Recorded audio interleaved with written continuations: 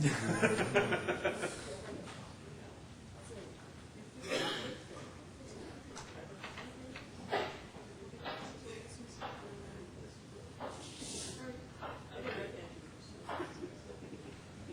there going to be problems running it off the CD?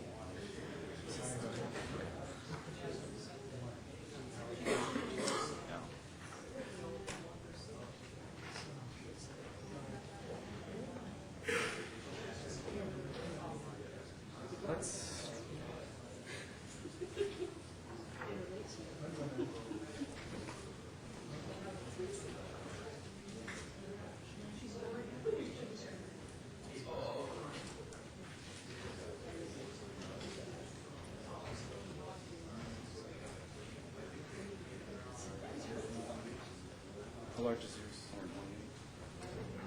Sorry, I got a call scheme. I think we've got you going here. Okay, so this appears to work.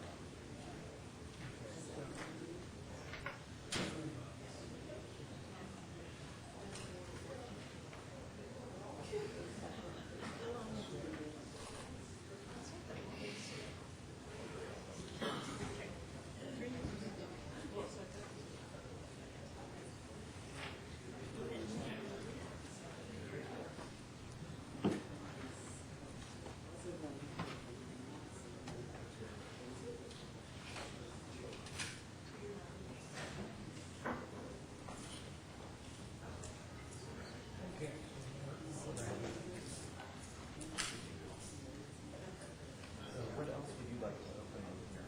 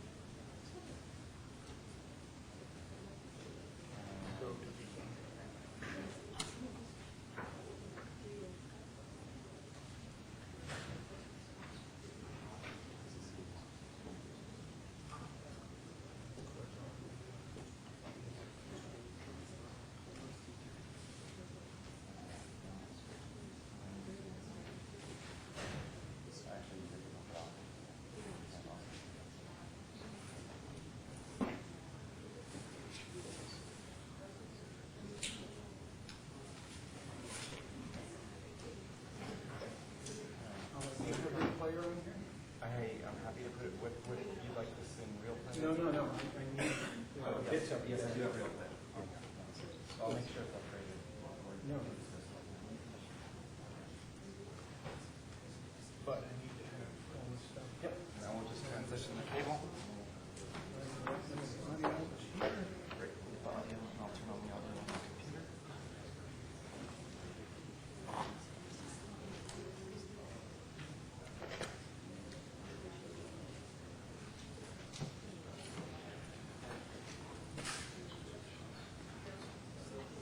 Good morning. We're a little slow in starting this morning.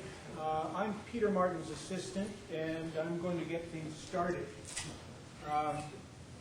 As a risk of confusion, he and I look an awful lot alike, and so he suggested that I keep my cap on this morning. We had some incompatibility problems, but we're getting them solved. My role this morning is to sketch some background, provide some context for what Peter Martin's going to say. Do some preliminaries.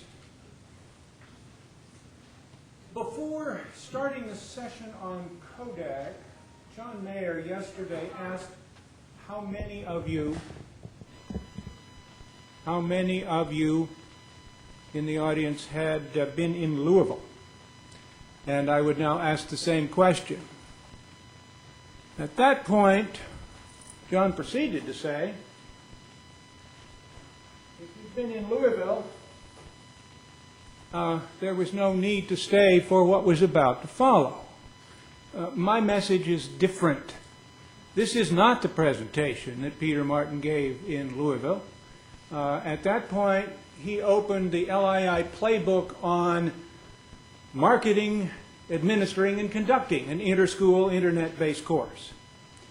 The playbook, the LII playbook that is the subject of today's presentation, is a playbook on designing, constructing, or adapting a pre-existing course for this new form of delivery.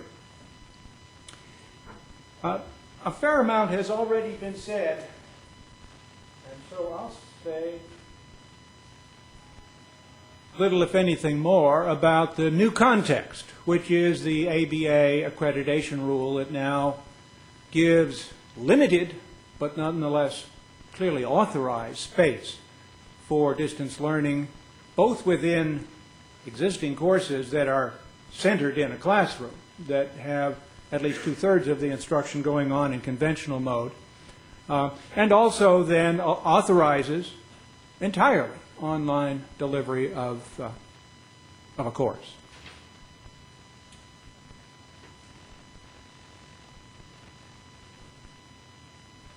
With apologies to those of you who've heard the many past presentations by Martin on distance learning, he asked me to say a few things about the experience that gives rise to these course or playbooks that we're now making available through CALI and Kodak. It all goes back to 1995 when the LII set out to hustle some other law schools to join with them in an experiment in conducting a law course over the internet. And the course launched in the fall of '96 and then had 2 follow-up years. That course had 4 participating law schools, 3 time zones. And because it was anchored in weekly, real-time video conference sessions, which had to thread their way through 4 different academic calendars, 4 different schools' weekly class schedules, it was constrained. And in large part because of those constraints, but also because of some of the lessons learned in that early distance learning venture, we took the course down, planned a new form of internet-based distance learning, which then we launched after a year's design and construction period. And it is that initial construction period and the subsequent maintenance of those 2 courses which were created that is the basis for today's presentation. We did a summer workshop in 2001, and some of you here were there. Of the 2 courses that were converted, there continue to be 2 courses. Those courses, Social Security course is going into its 5th year this coming spring. Opportunities are still there for any school that wants to join in. But this past term, we had 6 schools, including Cornell, 87 students, spread across many more time zones, but it's a totally asynchronous course, so the different time zones and the different course and academic calendar requirements of the participating schools are not an issue. The copyright course has morphed into one that is offered totally within the University of Cornell, but to undergraduate students. And it turns out, given the peculiarities of our university, to be a better revenue stream than the same course offered to other law schools. The initial distance learning course enabled us to refine, think through, work through the financial and administrative arrangements, which have to this day continued to be part of our distance learning partnerships with other law schools. And let me just quickly recite those before I turn things over to Martin. Number 1, the Cornell Legal Information Institute conducts the course, creates the course, is in charge of all instruction, all evaluation of students, that means all grading, so that the participating schools, the other schools that are part of the partnership, simply need to include the course in their curriculum, choose the students, and decide how many students are authorized to take the course. Participating schools own all issues of academic integrity. They also administer the final exam. It is the participating school's credits and their grading system that then get applied to the students who take the course. And to the extent it's necessary, given their ground rules, for Martin, the course designer and conductor, to be appointed an adjunct or a visitor or some other flavor of authorized instructor, they do that as well. All right, I think that's probably enough. Martin, are you ready?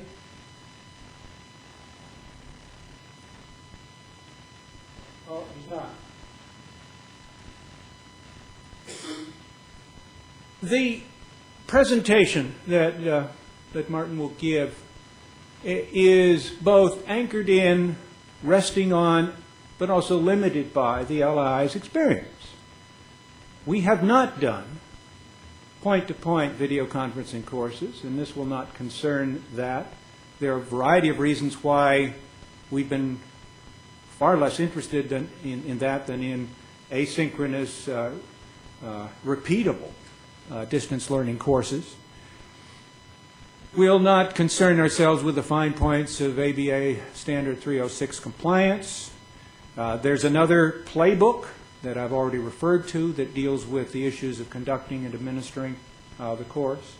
And that's available at the Codec website. You can download it from there, as well as experience the presentation of it in Louisville.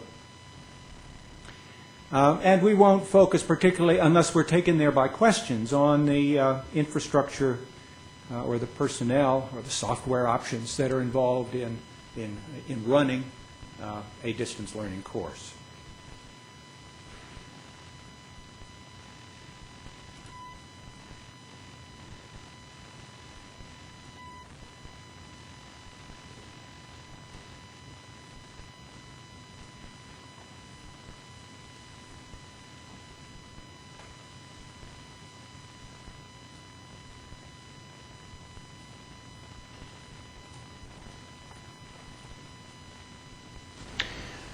This morning I hear a disturbing internal voice asking bluntly, "Why are you here?"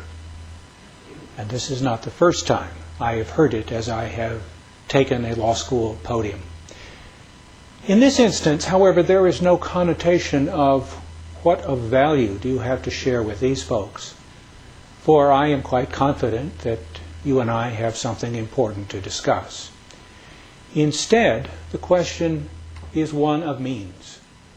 Given all the alternative methods available to me and to you, why have we assembled together at this time in Seattle? During the summer of 2000, as I was consumed with the process of creating the online courses that we'll be discussing today, I stayed in Ithaca during the time of the CALI conference and addressed the group using desktop video conferencing and multimedia presentation. How many of you were there 4 years ago? All right, your memory of it may be sharper than mine, but I had to go back and replay the video capture of my video conference into Chicago, and now this is being captured, right? And I mean, it's just a lovely thing that could go on. But that now somewhat fading image of Martin in Ithaca speaking to people in Chicago was, I think, a reasonable representation of the quality of the video conferencing that was then available, at least at the desktop.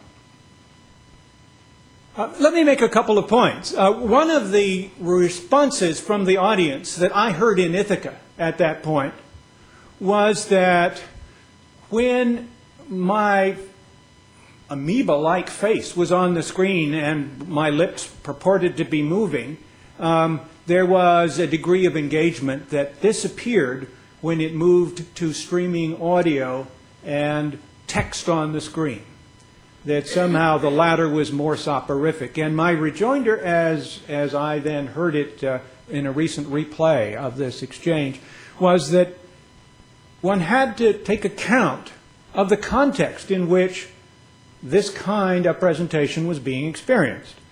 That you gather as many people as we have here in a room, and there's a screen, then there may be some expectation of a humanoid form associated with a voice. Although since the year 2000, folks have grown far more accustomed to text flashing on the screen in a dark hall as there is some disembodied voice doing the voice over the PowerPoint. In any event, I invite you, as we continue with Martin's presentation, to reflect on the appropriateness of this particular presentation mode for this venue, but also for alternative ones, and we'll come back to that later. The other point I want to make at this juncture is that one of the things that students tell me about asynchronous distance learning, whether we're talking about streaming audio or video, is that the degree of control it gives them over the teacher's delivery. I mean, I have just paused the distinguished professor, and I could be a student in my room, and I can pause the professor. I can scratch my head. I can replay what the professor said. I can go back and listen to this presentation again a second time. And a majority of the students in my distant learning courses tell me they do all those things, and that they value those enormously. They cannot raise their hand in a conventional classroom and say, "Hey, Prof, would you just slow down for a minute? Would you stop while I can catch up with you in my notes or just reflect on what you said?" In any event, that's one of the major gains of asynchronous delivery of presentation content. We'll now let the professor continue. Techniques. Since that time, audio and video production and disk burning have moved to the desktop. And so, for the cost of a trip to Seattle, I could distribute this presentation on disk to you and put it on a media server for accessibility by untold others at their own time and place. So, why am I here? The answer must lie in our being able to engage in a level of communication not possible through these other means, or important externalities, the city of Seattle, the frequently cited corridor conversations, or in custom. Since 2002, every law teacher, as he or she goes to the podium in a law school classroom filled with law students, confronts the same existential question: why am I here? Prior to 2002, the status of law school courses offered through forms of faculty-student interaction taking place outside the classroom was far from clear. ABA accreditation standards framed in terms of classroom minutes or classroom hours posed the problem.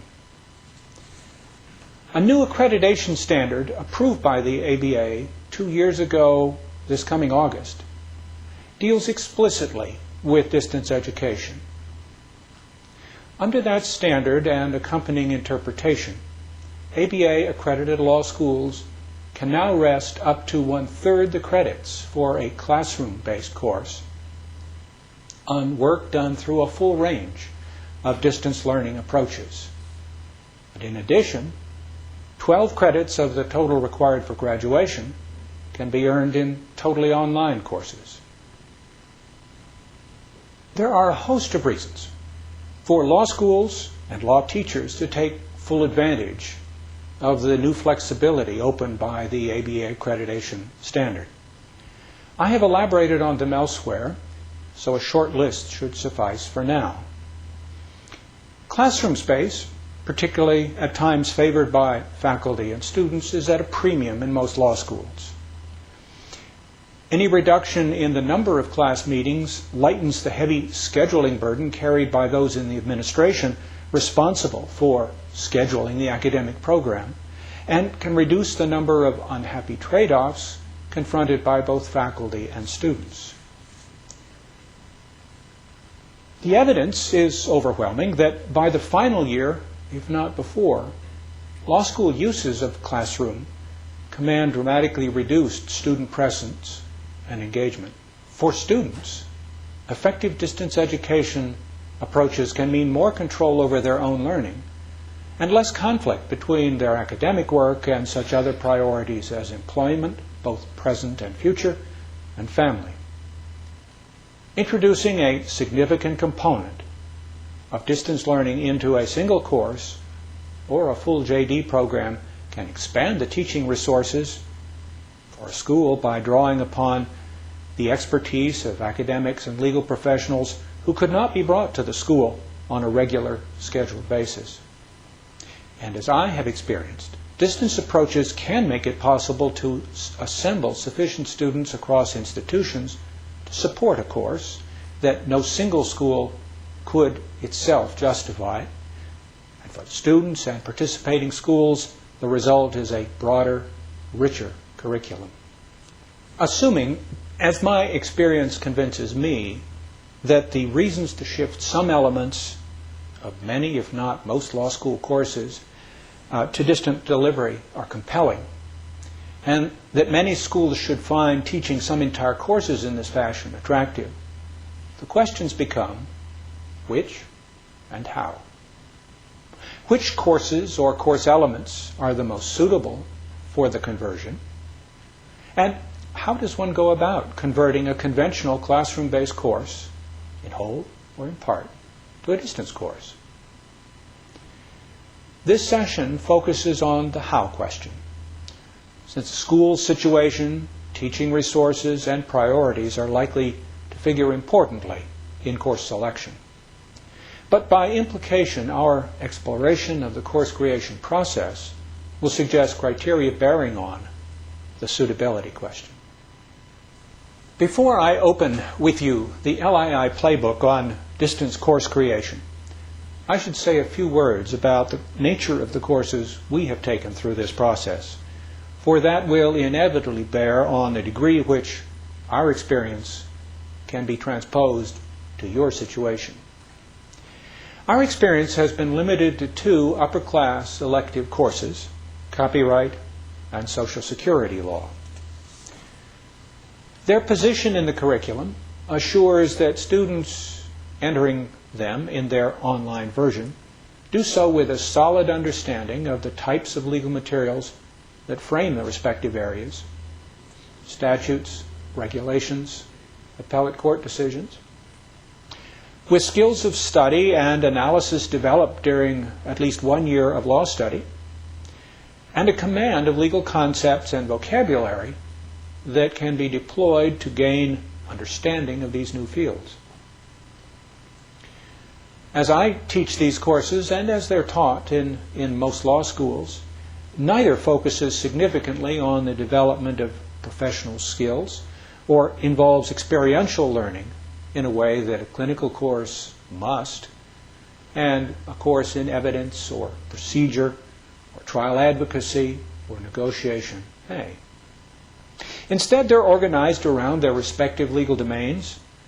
As I teach them, whether in a classroom or online, their principal aim is to develop a solid understanding of the salient features of the respective fields, plus a sense of how to approach key issues from several important lawyer perspectives: those of advocate, counselor, advisor, arrangement maker, as well as from the external perspectives of policy analyst or critic. Since neither of these domains is static, topics of proposed or imminent change regularly prompt analysis of competing policies and political forces. For both the faculty members involved and the offering institution, creating an effective distance education or course component entails major investment. To realize the potential gains calls for a longer range plan than the typical law school decision to add a new course to the curriculum or a teacher's decision to alter his or her approach to a course. It's not making a distance course in the sense I use that phrase to train a video camera on a standard classroom and simply capture the teaching that has gone on in that room in conventional format. Most of the payoffs for teacher and school are realized in the second and the third year a distance course is run. The period and process of construction need to be viewed, therefore, in investment terms.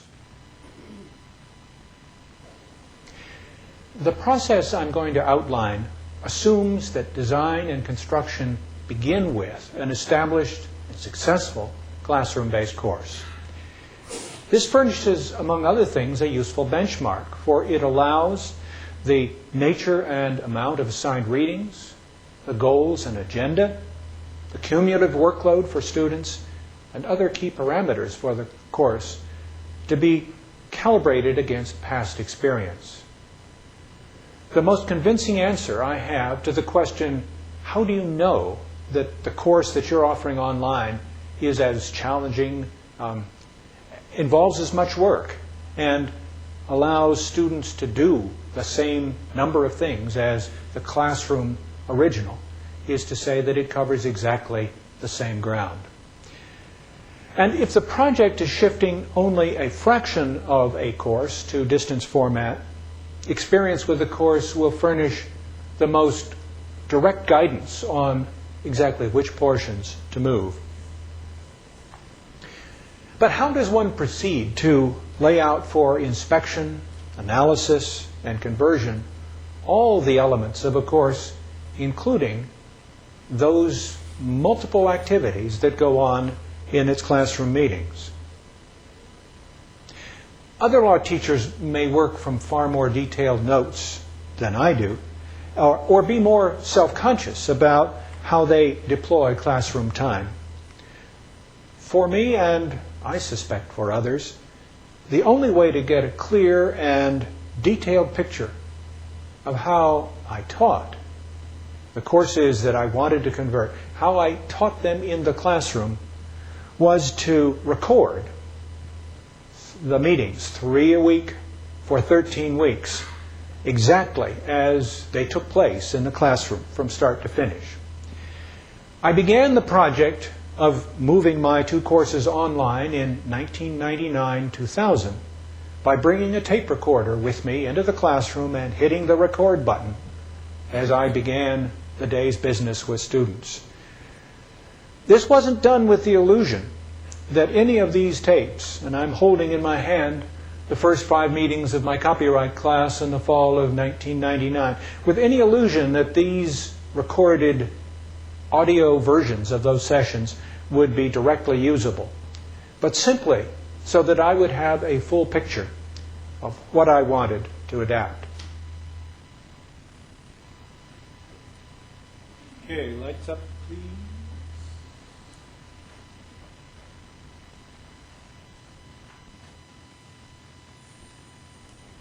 I'm going to remain in an assistant role for a bit till I get over the shock of seeing myself. You know, there are many things that inhibit, there are many things that inhibit a law teacher, or teacher of any stripe, from moving a course that he or she teaches with success in a conventional format into this novel, new format. And one of the inhibitors is the necessity to listen to yourself, see yourself, edit yourself, be self-conscious about how you teach to a degree that few of us are as we engage in our teaching practice in the more familiar environment of the classroom. I've now gotten used to hearing myself. I have listened to myself an awful lot in the last 5 years as I have worked with the audio material for my courses. I'm now getting used to seeing myself in video, and it's harsh. And one of the reasons I'm still an assistant is I want us to be free in a few minutes to talk about Professor Martin, all right, and what he did with this video in a way that it might be awkward if he were here, right? He took us up to, he took us through a few steps in the playbook. And we're now up to step number 3. He spoke of the need to think of the creation of this kind of course in a long-term frame, in investment terms. And I'll just anchor that point, cement that point by observing that the Social Security course that will be offered next spring has an awful lot of the content of the Social Security course that first ran in the spring term of 2001.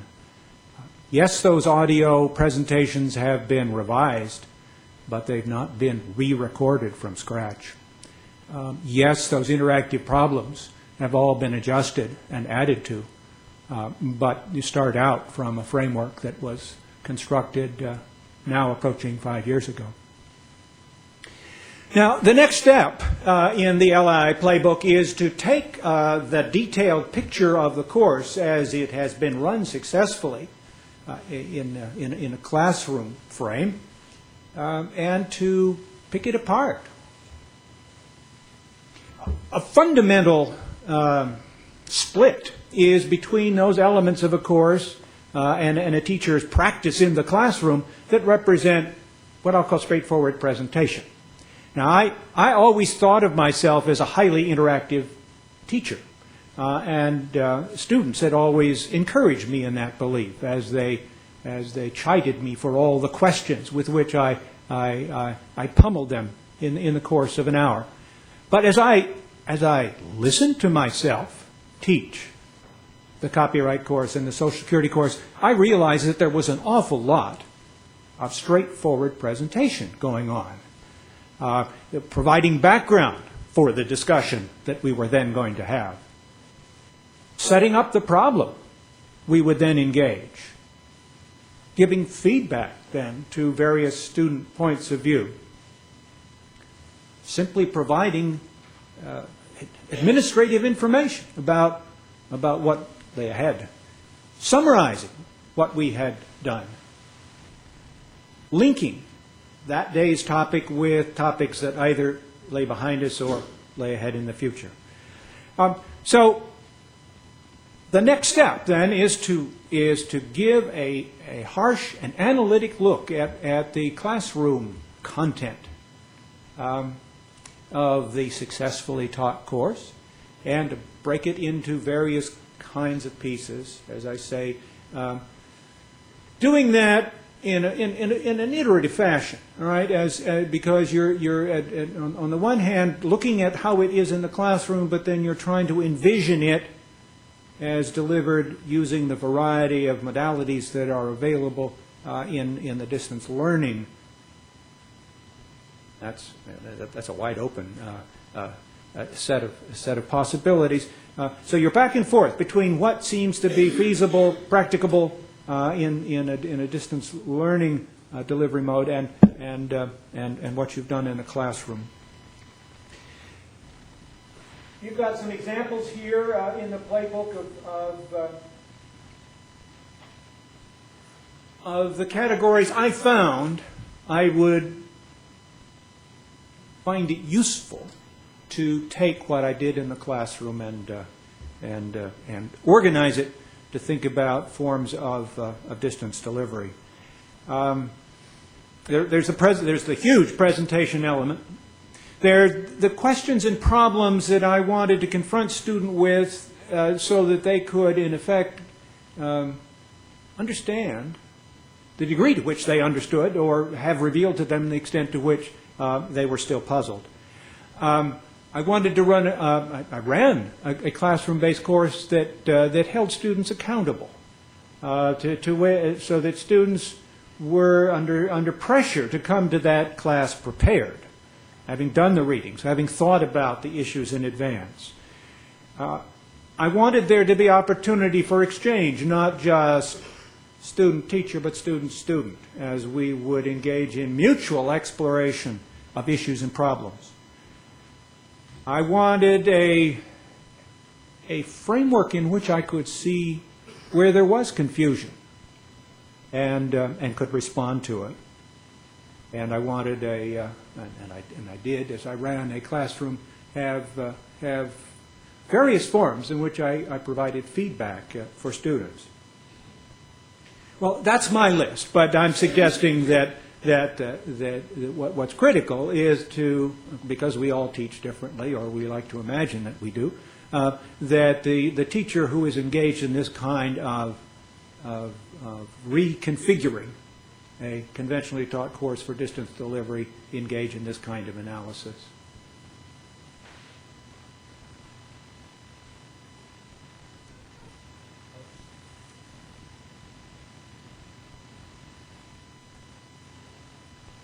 Step 4.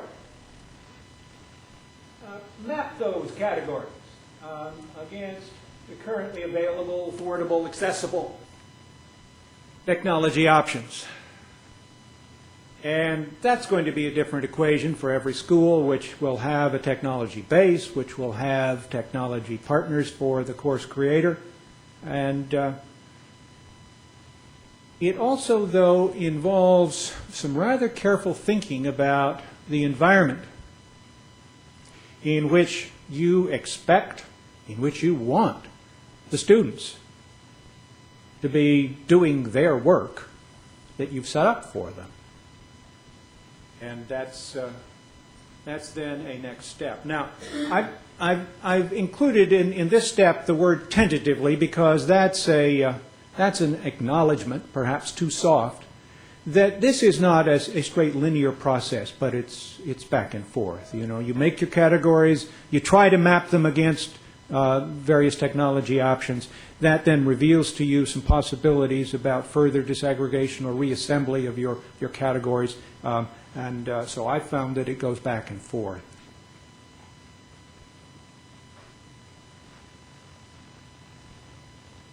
Step 5. I've already alluded to it.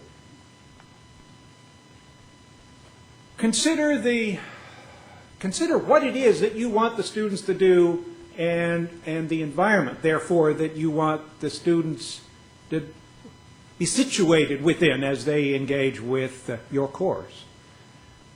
For example, the environment that I have envisioned and for which I have constructed my course is the student at a networked computer. What follows from that? What follows from that is that all the material is web delivered. We've got streaming audio linked to web pages. We've got various kinds of interactive materials that are at a course website. The course is essentially unavailable to the student who is disconnected from the net. The course is also not available to a student who wants to sit in front of a TV or wants to listen to the lectures on an iPod on her way, on her hour-long commute in or out of the metropolis. And students over the last 4 years have come to me and suggested that numbers of them might like to have the course available, at least in part, through some of these different delivery paths. Many of them have said that they would like a way to listen to the lectures, with the lectures, and I'm now filling in from my own point of view, with the lectures decoupled from the textual material and the illustrative graphic material to which they are tightly linked by means of the online delivery. that they would like to play the lectures on a CD player or an MP3 player. Which means, to me as teacher, that they will be hearing me talk about specific language in the Social Security Act that I want to have in front of their eyes even as I speak of it. The very, the drive that had me earlier on telling students to be looking down at their statute as we talked about its language, and now in the classroom, we are in a classroom, we were just reminded. In a classroom, have me now projecting the text on the screen as we talk about it together. Had me design a form of delivery that had voiceover, a series of manipulations of the web browser as it visited the statutes, the regulations, the graphic depiction of the relationship between spouse benefits and women that I was speaking about. And so I'm a little bit nervous about letting students just listen. On the other hand, the gains in terms of convenience for them and extending the zone of accessibility push me toward now thinking about maybe I should also give students the option to download an MP3 of the lecture or distribute it on a CD. Now, there are costs with all of those possibilities. And there are certainly costs with providing up multiple distribution paths. I mean, one of the things that we all need to do is to keep it relatively simple so that we minimize the administrative and sort of overhead cost of doing a distance course. Anyhow, so this kind of reflection about where it is and with what kinds of functionality you want the students to be engaging your material figures importantly in the choice of the particular delivery path or modality. A frequently asked question is, why not video? And I think I may have given you a convincing demonstration of why not. But let me just rehearse a few more of the reasons. I mean, first of all, I don't think watching Martin talk adds a lot to Martin talking. And I'm speaking as a disrespectful assistant, right?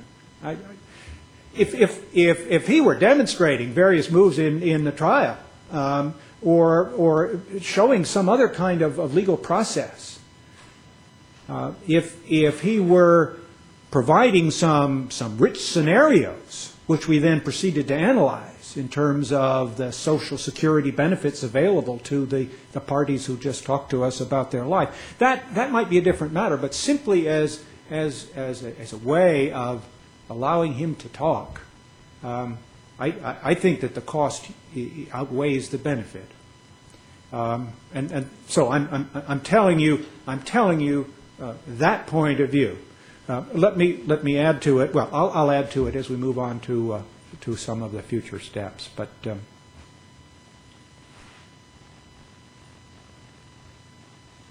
6.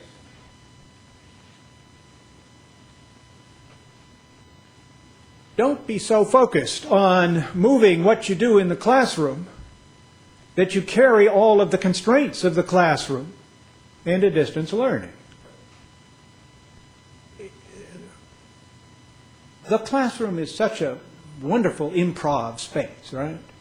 That, and we all delight in the explorations, the new things that can happen of a Tuesday at 10 o'clock in the morning, as a student says something unexpected, or as, whoo, inspiration has struck. But it also has all kinds of limits that we're blind to because it is such a comfortable space for us. And one of the things that's hard to do, but nonetheless critical to do, is to push those constraints away. As you say, now what might I do that I can't do in the classroom because I'm not in the classroom? And let me just give you some simple-minded notions. In the physical classroom, I noticed that Martin rarely invites a guest. And when I've asked him why, he says it's very hard to control these people, you know. It's my course. And they come in and they fill up a whole hour and they go off in some tangent. And it's students may like it because it's some kind of relief. But I don't like it, right? But Martin, the designer of a distance learning course, is able to get little snippets of interviews with experts and incorporate them in the course. And they speak no longer than he allows them because he's the editor, the selector. And then he gets his own 2 cents in as well. And so that's one possibility. The other thing that I've talked with Martin about, and that is when he first did his distance course, the presentations were a fairly straight port of a lecture. In other words, it was Martin starting and then going on for another 20 minutes with various things popping into the web browser. And we've discussed the possibility of getting some student voice in there. Now, how do you do that in a distance course? Well, Martin and I have this summer commenced to get some students to do some scripted questioning, you know, sort of setting up the professor. So the professor can be responding to student questions as he goes on for 20 minutes. But it will be 20 minutes that isn't uninterrupted. It's interrupted by a voice that is a proxy for the voice of the students who will be at the end of whatever kind of delivery path there is. Easy to bring in multiple commentators, mentors, reactors to student work once you've broken out of the classroom. And it's possible to have hypotheticals with more flesh. By that I mean simply that Martin's teaching, as I've observed it, is filled with hypotheticals that invite students to apply what they have heard about and read about. And these tend to be, rather simple-minded A's, B's, and C's. People have names, they have ages, but it's a stretch for the student to really identify with them as potential subjects of advice or guidance or representation. And so Martin and I have started to talk about doing little scenarios, either video or audio, that will be the starting point for a problem-based kind of exploration that he's already got in his course, but this will have more flesh.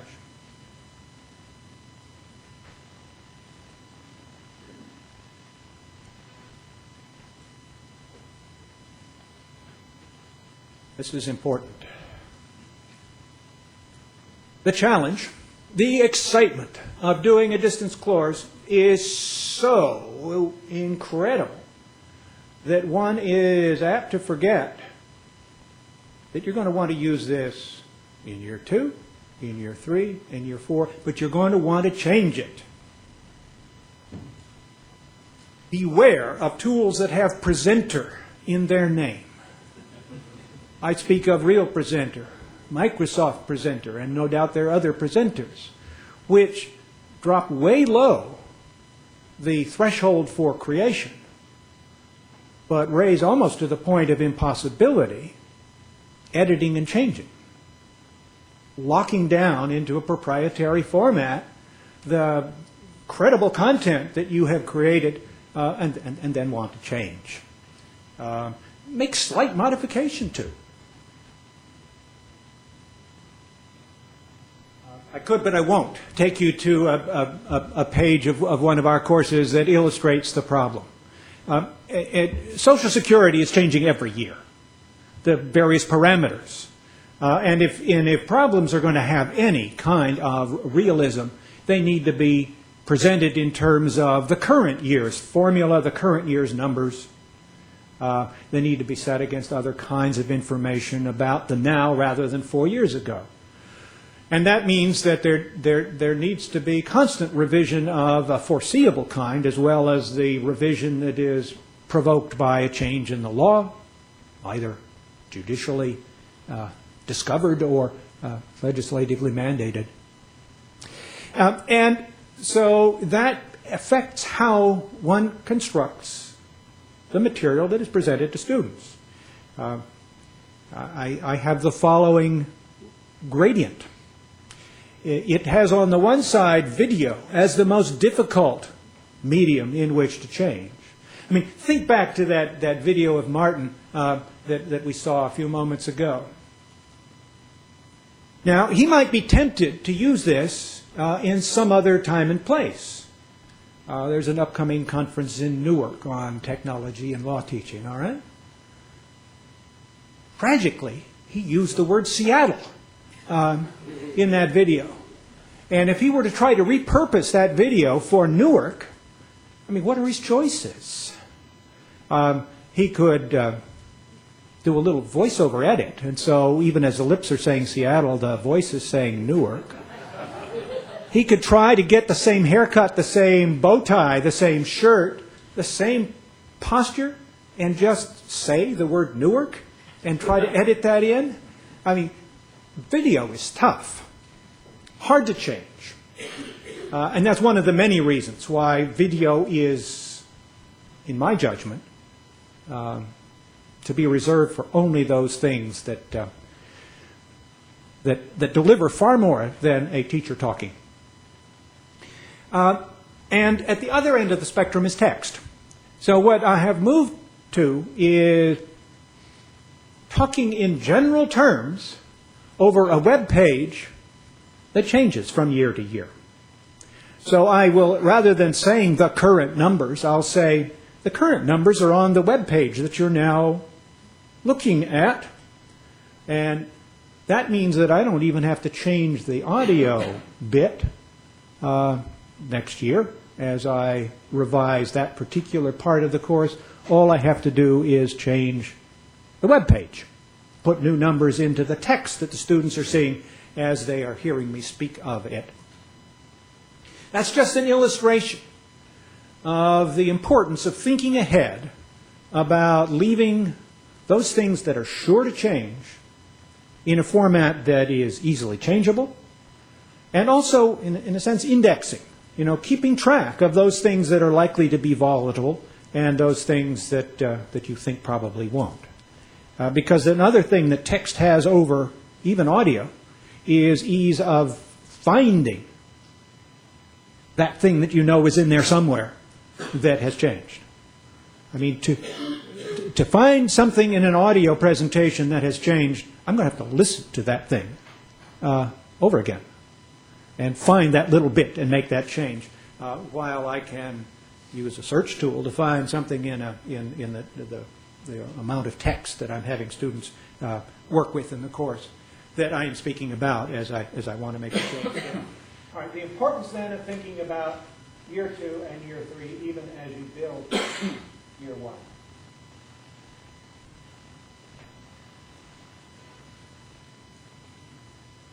All right, consider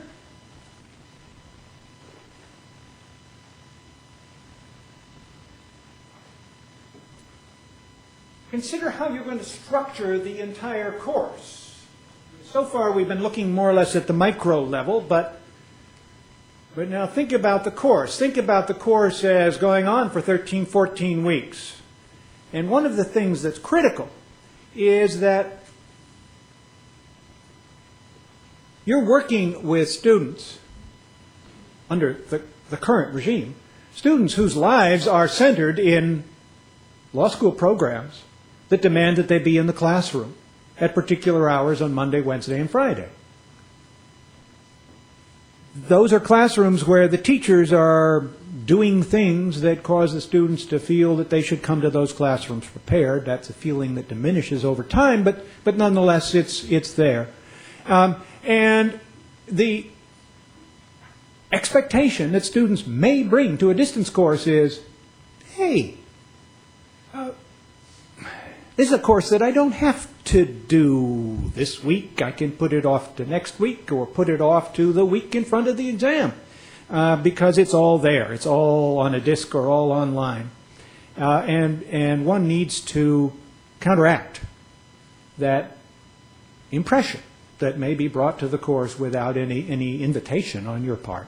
And how do you do that? Well, there are a variety of devices that I use to do that as the course is constructed. Among the things are, to have each week have a very clear schedule and a very clear agenda, and have that agenda be the same. Have roughly the same sequence of activities play out against the next week and the week after, and then have there be accountability points with some frequency that intrude and say to the students, all right, by a certain date you need to be here, and you need to do this, and that's going to be evaluated, and you'll get feedback, and we move on.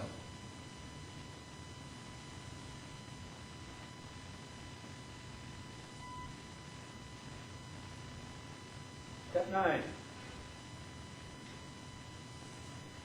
Design a front end that deals with the following problem.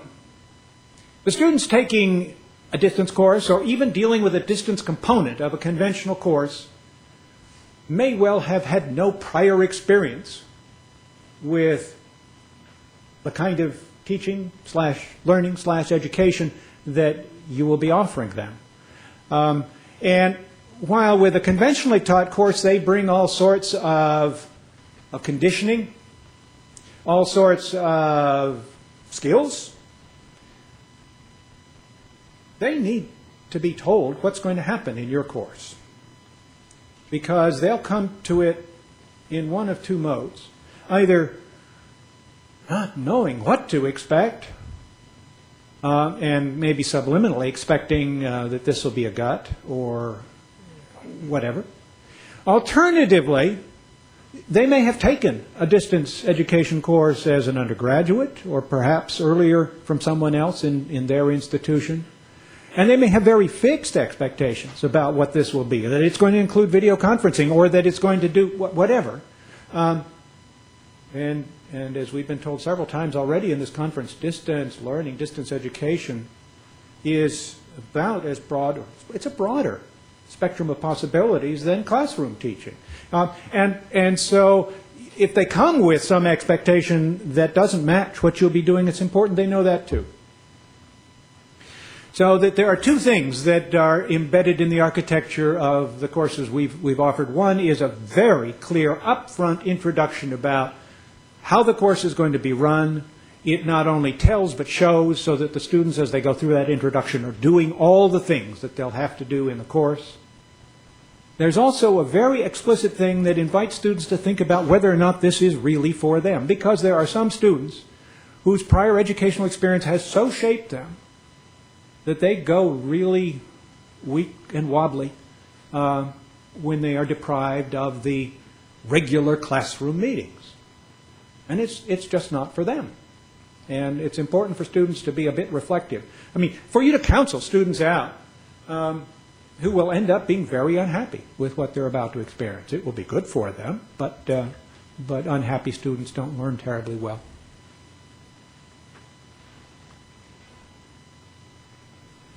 Build and conduct the course. And I will point you simply to the LII playbook on that subject, which is, as I've noted, downloadable from the Kodak course, and which Martin talked about in Louisville.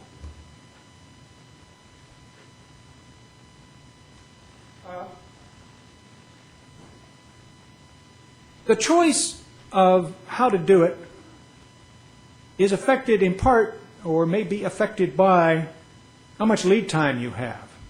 One of the reasons I like streaming audio as opposed to delivering everything on a CD is that I could, in the creation year, as long as I stayed a week ahead of the students, I was okay. I didn't have to have the whole course and all of its presentations sort of done and on disk before we began. And so, I mean, if you were going to deliver something on disk, course in its entire, or large lumps of the course, that affects the amount of lead time you need to have as you set off to prepare a course.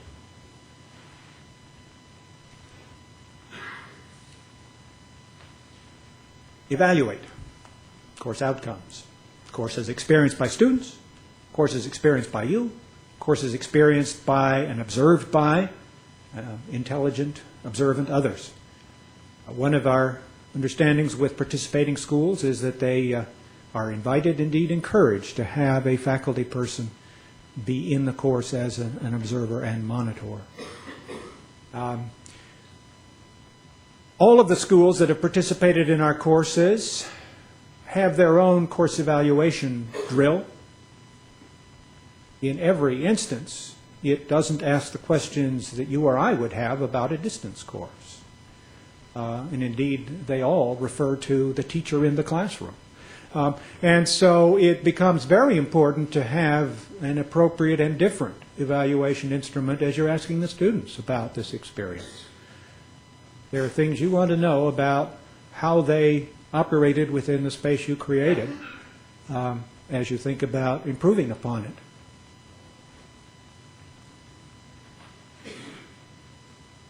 Anyone who wants can see the report that I just submitted to the ABA. That's the next step. The ABA requires an annual report about distance courses from schools that do them. And mine is very much filled with information about how the students responded to this experience. And I would be delighted to send any of you who are interested a copy of that report. Indeed, why don't I just say I will hang a copy of it so that it can be downloaded from the Kodak website.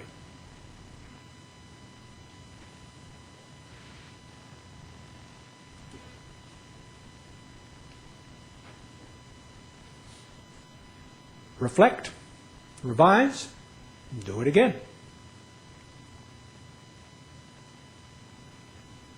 I already made the point that much of the value of a well-designed distance course is not in the first year, but in subsequent years, in creating a collection of materials of various kinds that can be revised and reused.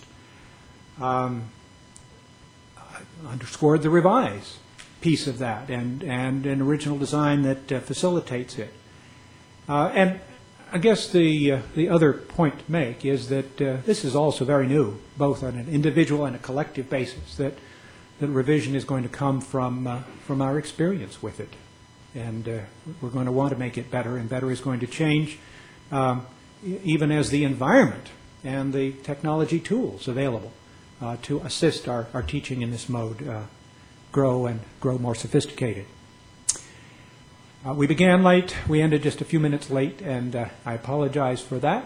And both the assistant and Martin are both here to respond to questions, comments, and anyone who at this point wants to seize their break right ought to do that. Yes, sir.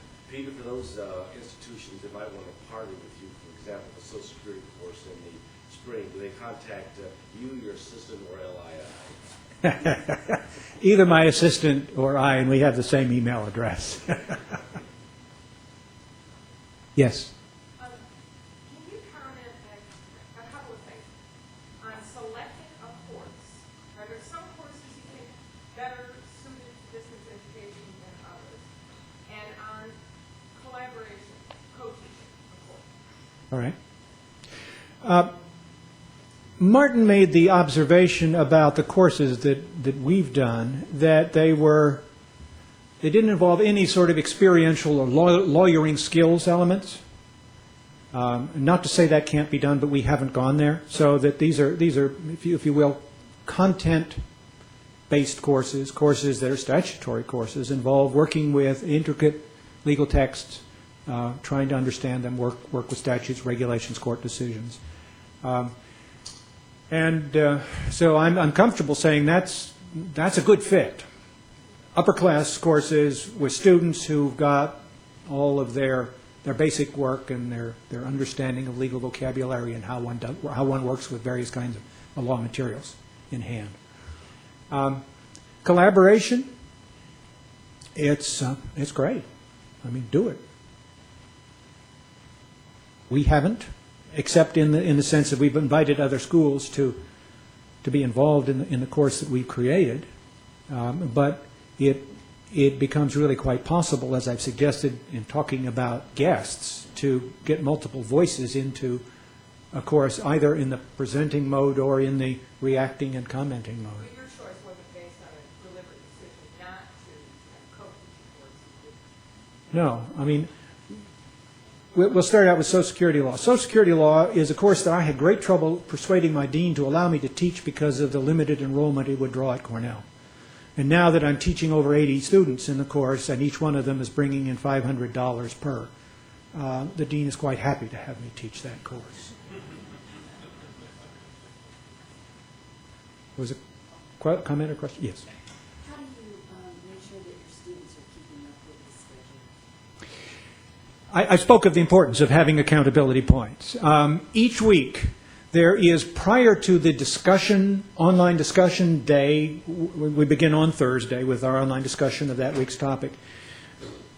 Prior to that begin point, there is an expectation, but not a mandate, that students submit a form to me saying what they want to discuss. And that's my general description of what they do, but there are also more specific questions in that form.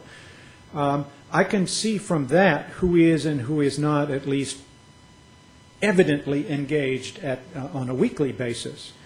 4 times in the term I have mandatory problems that require 3 paragraphs of analysis and writing on a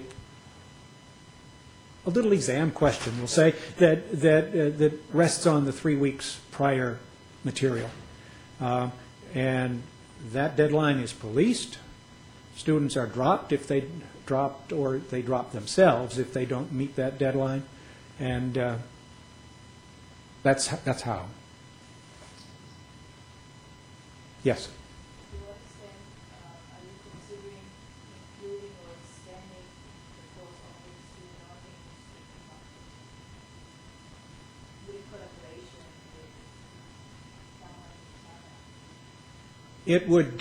It would be a natural for some subjects and not for others. I don't think there's a huge international demand for Social Security, U.S. Social Security law. But copyright law, for sure. Yes?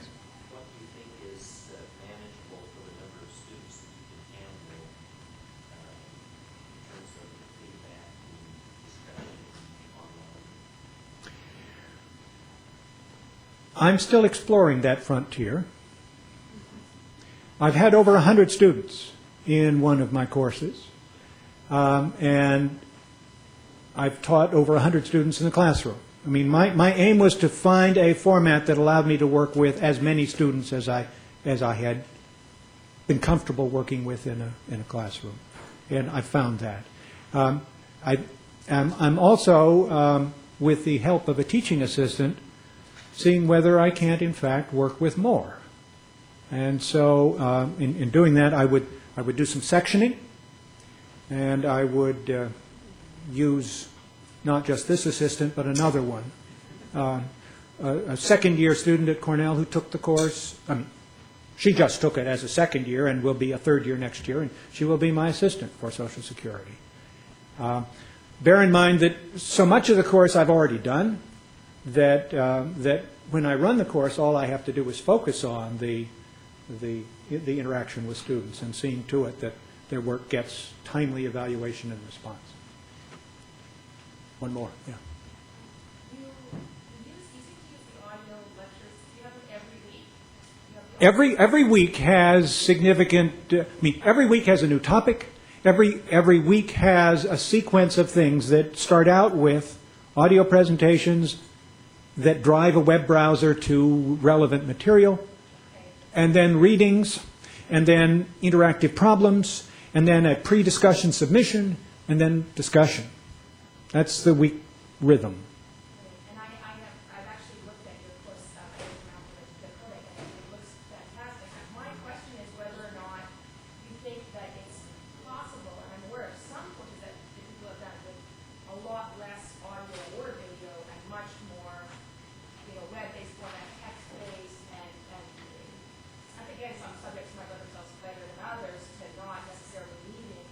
voiceover, having students work their material through.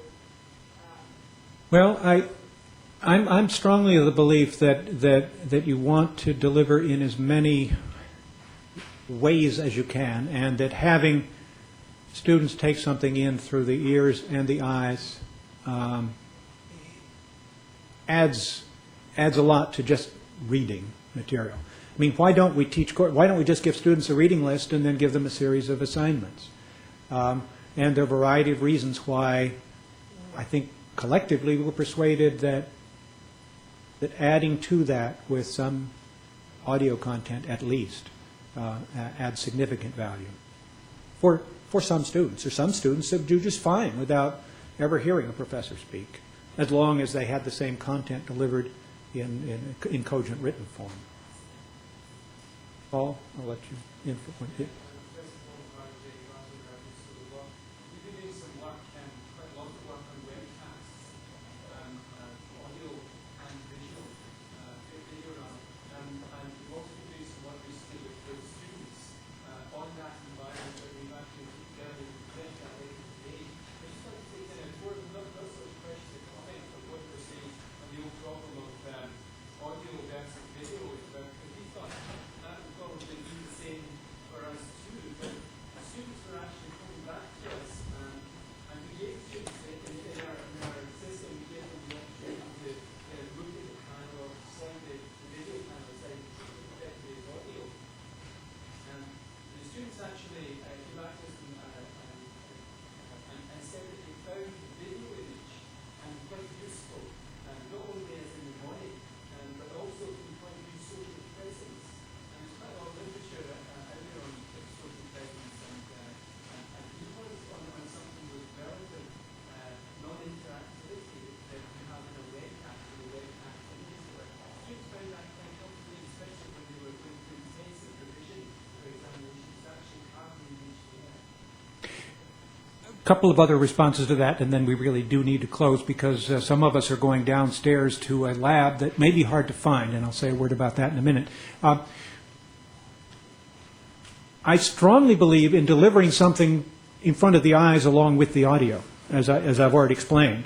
And what I want to deliver is a section of the statute as I talk about it.